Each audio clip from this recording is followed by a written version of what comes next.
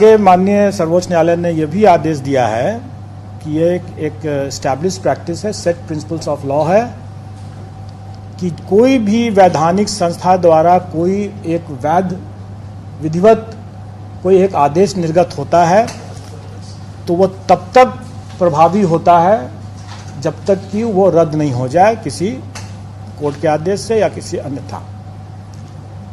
तो इसका मतलब यह हुआ कि 11 तारीख के पहले वो आदेश प्रभावी था एनसीटी का, और उसमें जो भी अधिकार उस सर्कुलर के बेसिस पर परामर्श से जो राज्य सरकार जो निर्णय करेगी वही मान्य होगा।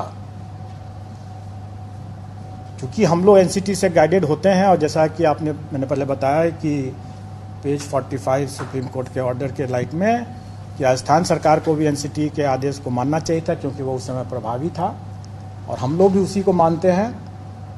और एनसीटी का गाइडलाइन जो भी रहेगा, राज्य सरकार का जो भी उस पर जो निर्णय होगा वही अंतिम निर्णय होगा, वही मान्य होगा। तो ये सबको मानना है। तो इसके संबंध में जब स्थिति आएगी कि परीक्षा फल के संबंध में कि उनकी पात्रता बनती है कि नहीं बनती है, इसके संबंध में जो भी निर्णय होगा वो उस समय उसके परीक्षा फल को प्रभावित करेगा। अब एक जैसा आप लोगों ने पाया ही होगा कि माननीय सर्वोच्च न्यायालय ने राइट टू एजुकेशन को राइट टू क्वालिटी। आज इस प्रेस कॉन्फ्रेंस में आप सब लोगों का स्वागत है, और आज का जो सबसे महत्वपूर्ण विषय है, आप सब समझ रहे हैं उस चीज़ को, वह है अध्यापक भर्ती परीक्षा को लेकर। यह परीक्षा 24, 25 और 26 अपने निर्धारित तिथि और कार्यक्रम के अनुसार आयोजित की जाएगी। इसमें किसी को कोई संशय नहीं होना चाहिए। फिलहाल के हिसाब से वो अपने निर्धारित कार्यक्रम के हिसाब से ही वो आयोजित की जाएगी। जो भी अभ्यर्थी इसमें आवेदन दिए हैं वो सभी के सभी इसमें भाग लेने के लिए अधिकृत हैं, वो भाग ले सकते हैं। आप सब लोगों को जानकारी दे दूं कि हम लोग परीक्षा के स्टेज पर हम किसी भी अभ्यर्थी की पात्रता या उसकी पात्रता नहीं है इसकी जांच नहीं करते हैं।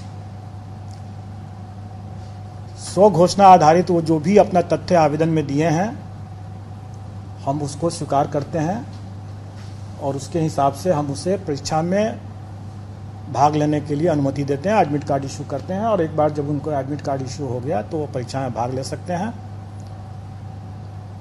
और डॉक्यूमेंट वेरिफिकेशन का जब स्टेज आता है उस समय हम चेक करते हैं कि वो जो दावा किए हैं कि वो योग्य हैं, पात्र हैं, उसके बारे में उनके डॉक्यूमेंट वेरिफिकेशन के समय में हम चेक करते हैं। अब यहाँ पर आप लोग जरूर पूछेंगे, और सब लोगों को ये संशय है कि बीएड वालों के केस में स्पष्ट कुछ होना चाहिए कि स्थिति क्या है। देखिए, आप लोगों ने माननीय सर्वोच्च न्यायालय का जो आदेश देखा होगा उसके पेज 45 में के अंतिम पैरा में स्पष्ट लिखा हुआ है कि राजस्थान गवर्नमेंट ने बीएड अभ्यर्थियों से आवेदन नहीं लिया, उनको रोक दिया आवेदन देने से। ये गलत हुआ क्योंकि उस समय एनसीटी का जो गाइडलाइन था वो प्रभावी था, और जब तक गाइडलाइन प्रभावी है तब तक उसको मानना राज्य सरकार को था। और इस दृष्टिकोण से माननीय उच्च न्यायालय राजस्थान हाईकोर्ट और माननीय सर्वोच्च न्यायालय ने दोनों ने ये कहा कि राजस्थान गवर्नमेंट ने ये गलत किया, उनको आवेदन लेना चाहिए था बीएड अभ्यर्थियों से भी। हमारे मामले में भी वही बात लागू होता है। जिस समय हम लोगों ने आवेदन आमंत्रित किया उस समय ये बीएड अभ्यर्थी पात्र थे, योग्य थे, और इसलिए उनको आवेदन आमंत्रित करने का मौका दिया गया और उन्होंने आवेदन दिया भी।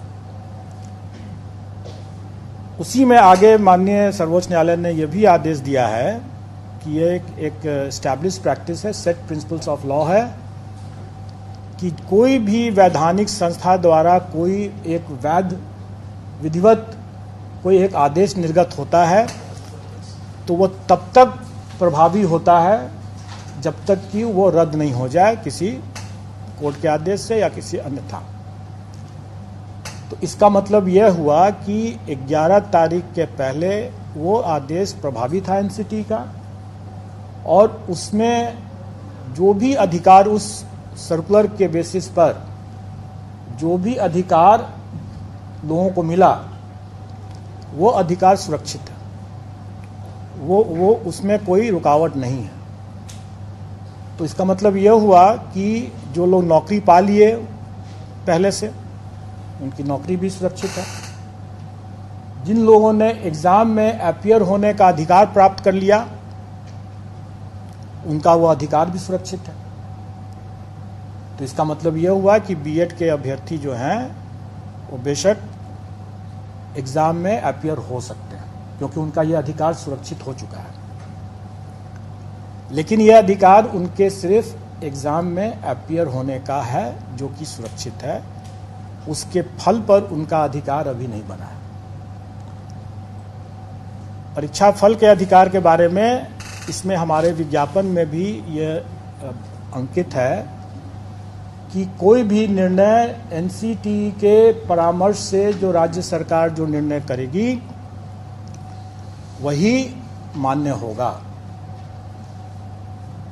क्योंकि हम लोग एनसीटी से गाइडेड होते हैं और जैसा कि मैंने पहले बताया कि पेज 45 सुप्रीम कोर्ट के ऑर्डर के लाइट में कि राजस्थान सरकार को भी एनसीटी के आदेश को मानना चाहिए था क्योंकि वो उस समय प्रभावी था और हम लोग भी उसी को मानते हैं।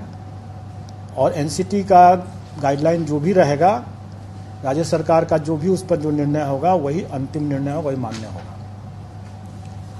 तो ये सबको मानना है।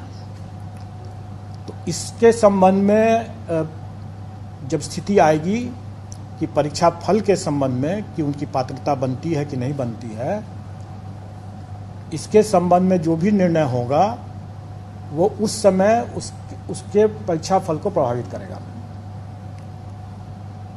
अब एक जैसा आप लोगों ने पाया ही होगा कि माननीय सर्वोच्च न्यायालय ने राइट टू एजुकेशन को राइट टू क्वालिटी एजुकेशन भी माना है। राइट टू एजुकेशन को राइट टू क्वालिटी एजुकेशन